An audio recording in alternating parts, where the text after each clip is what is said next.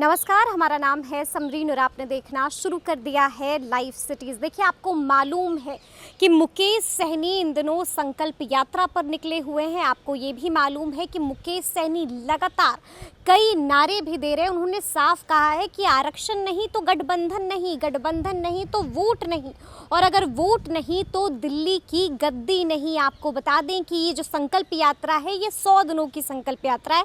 और आपको मालूम है कि इसी क्रम में आज मुकेश सहनी बेतिया भी पहुंचे हुए थे। बेतिया में लोगों ने, मुकेश सहनी के समर्थकों ने उनका दिल खोलकर स्वागत भी किया। देखिए, महिलाओं ने मुकेश सहनी की आरती भी उतारी है और मंच पर खड़े होकर मुकेश सहनी ने खूब दहाड़ा है। देखिए, कई खुलासे भी किए हैं मुकेश सहनी ने। साफ कह दिया है कि मुझे तो विधानसभा चुनाव 2020 में डिप्टी सीएम बनने का ऑफर भी मिला था। उन्होंने आगे ये भी कहा है कि अगर आज मैं मोदी जिंदाबाद और योगी जिंदाबाद करता तो आज मेरा हशर ये नहीं होता। क्या कुछ कह रहे हैं मुकेश सहनी, एक बार आप वो सुनिए। हमको डिप्टी सीएम बनने का ऑफर था, चारों विधायक को मंत्री बनाने का ऑफर था, लेकिन हम उधर नहीं गए। लेकिन उन लोगों ने क्या किया? आपके पार्टी को तोड़ दिया। तो साथियों, अब समय आ चुका है बदला लेने का।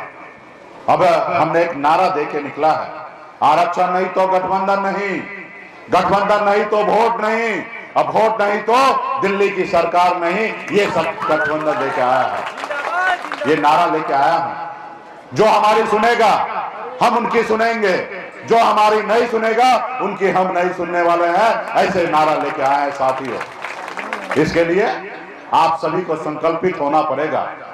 सिर्फ बोलने से नहीं होगा, अपनी ताकत का एहसास कराना पड़ेगा। जैसे हनुमान जी के पास शक्ति था कि 7 समुद्र पार करके लंका को जला सकता है, लेकिन उनको पता नहीं था। उनको याद दिलाया गया कि आपके पास अपरंपार शक्ति है, आप 7 समुद्र पार होकर आप लंका को जला सकते हैं। और उनको जब हनुमान जी को शक्ति का एहसास हुआ तो 7 समुद्र पार करके लंका को जला के आया। वही शक्ति आपके पास है, वही ताकत निषाद के बेटा के पास है कि अगर एकजुट हो जाए तो 15% वोट हमारे पास है। बिहार तो छोड़िए, हम अगर लड़ाई लड़ने के लिए निकल जाए तो हम दिल्ली को फतेह कर सकते हैं। ये हमारे पास ताकत है, लेकिन इसके लिए संकल्पित होना पड़ेगा, सर पे कफन बांधना पड़ेगा। 75 साल से जो गरीबी, जो लाचारी की जिंदगी जिए हैं, उसके लिए लड़ना पड़ेगा। आज मैं भी लड़ाई लड़ा। आज मैं अगर मोदी जी और योगी जी जिंदाबाद करता तो मेरा ये हाल नहीं होता। आज मैं बिहार से लेकर उत्तर प्रदेश तक, झारखंड तक अपने समाज के हक अधिकार के लिए जब मैं लड़ाई के लिए निकल गया तो उन्होंने हमारे साथ गलत किया है। अगर मैं उनकी जी हुजूरी करता, मैं उनकी जी हुजूरी करता तो मेरा ये हाल नहीं होता। तो इसलिए साथियों, आज वो हमें हर तरह का लाभ लोग देने के लिए तैयार है।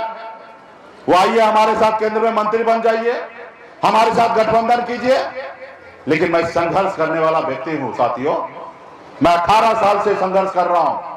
आज 42 साल की उम्र में हम 24 साल से संघर्ष करने वाले व्यक्ति हैं। हम कभी किसी का गुलाम नहीं बन सकते हैं। अपने दम पे लड़ाई लड़कर और एक न एक दिन निषाद का बेटा अपनी मंजिल को प्राप्त करेगा साथियों। तो इसके लिए मैं हूं। आज गुलाम बनने के लिए नहीं है मुझे। गुलाम तो आप अपनी जिंदगी में कभी भी बन सकते हैं, लेकिन अगर लड़कर राजा बन सकते हैं तो आप लड़िए, और तो आप भी सपना देख सकते हैं कि हम राजा बन सकते हैं। आज एक निषाद का बेटा इतना कुछ कर दिखाया ना। ये हर एक निषाद का बेटा, हर एक मल्ला का बेटा अपनी अगर शक्ति का एहसास करे तो हर एक निषाद का बेटा सब कुछ कर सकता जो मुकेश सहनी ने किया है। आज बिहार में चर्चा है कि इतने महंगे गाड़ी में घूम रहा है, तो क्या निषाद के बेटा को सपना नहीं है? क्या वो नहीं घूमने का अधिकार है? हम घूमेंगे, हम दिखाएंगे हर एक निषाद को बेटा को, हर एक गरीब का बेटा को, हर एक गरीब पिछड़ा का बेटा को, हर एक दलित को बेटा को कि आप भी संघर्ष कीजिए और मेरे जैसे आप भी चल सकते हैं, आप भी चल सकते हैं। आज मुझे हर तरह का लोभ दे रहा है। उन्होंने सुरक्षा दिया तो आप लोगों को लगा होगा कि मुकेश सहनी उसके साथ चले जाएंगे। हम क्या सुरक्षा से मानने वाले हैं? हमारे आज बिहार में लाखों निषाद का बेटा हमारा दीवाना है। हमें कोई फिक्र नहीं है किसी का। हम अपने लड़ाई के लड़ने के लिए हम तैयार हैं। हम कभी किसी के सामने झुकने वाले नहीं हैं। लोगों को भ्रम है कि मुकेश सहनी को हम ये दे देंगे वो दे देंगे, मुकेश सहनी चुप हो जाएगा। हम एक लब के वंशज हैं, हम चुप होने के लिए नहीं हैं। अगर हमारा अधिकार अगर सुई के नोक के भी बराबर है तो उसके लिए हम संघर्ष करेंगे और लड़ाई लड़ेंगे और वो अधिकार को प्राप्त करेंगे। हमें किसी का अधिकार नहीं चाहिए। जो आरक्षण हम मांग रहे हैं वो मेरा अधिकार है, संविधान में दिया हुआ अधिकार है। जब हमारे एक भाई को आरक्षण मिल रहा है एससी का, तो हमें भी मिलना चाहिए। या मोदी जी कह दे कि हम जो मांग कर रहे हैं वो गलत है। मोदी जी आते हैं ना, हर रविवार को आते हैं, मन की बात करते हैं, तो आए एक बार कहे कि निषाद समाज का जो मांग है वो नाजायज है, तो हम 4 कदम पीछे हट जाएंगे।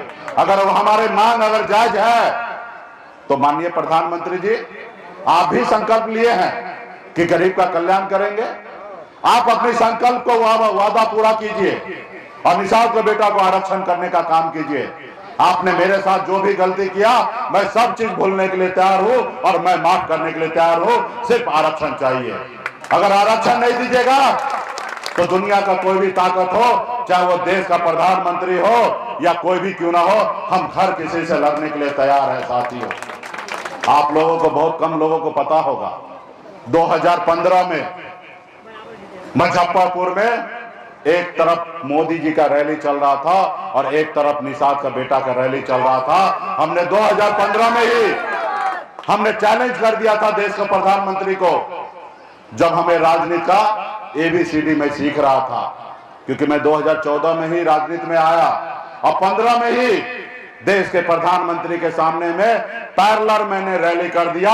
हिंदुस्तान के इकलौता और निषाद का मेला का बेटा हो गया कि आज तक देश में कभी किसी नेता ने देश के प्रधानमंत्री के विरोध में कभी कोई रैली नहीं किया। ये पहला सनत मल्ला होगा। और बहुत सारे साथी हैं मंच पे जिनको पता है, मोतिहारी से भी काफी लोग वहां पे आए थे। तो इसलिए साथियों, ये हमारी ताकत है। हम कभी कोई भी चीज से हार नहीं माने हैं, हम गरीबी से भी हार नहीं माने हैं। हम अपने नसीब को बदला, हम अपनी एक अलग दुनिया बनाया हूं। तो इसलिए साथियों, आने वाले समय में भी हम ऐसी दुनिया बनाएंगे जो दुनिया में खास करके हर गरीब समाज का सम्मान मिले, ऐसी दुनिया हम बनाएंगे। और जब तक ऐसी दुनिया नहीं बनेगा तब तक हम संघर्ष करते रहेंगे। हम नहीं कर पाए तो क्या होगा, आप खड़ा हो जाइएगा तो वो दुनिया को आप बनाइएगा। जब आप लड़िएगा तब आप दुनिया बनाइएगा। तो सुना आपने क्या कुछ कह रहे हैं मुकेश सहनी। कई बातों से पर्दा भी उठा दिया है और कई बड़े बड़े खुलासे भी कर दिए हैं और अपनी आगे की रणनीतियों के बारे में भी बता रहे हैं। तो अब देखना है कि आगे क्या कुछ होता है, लेकिन इस तरह के तमाम अपडेट्स के लिए ऐसे ही हमारे साथ बने रहिएगा और देखते रहिएगा लाइव सिटी। शुक्रिया।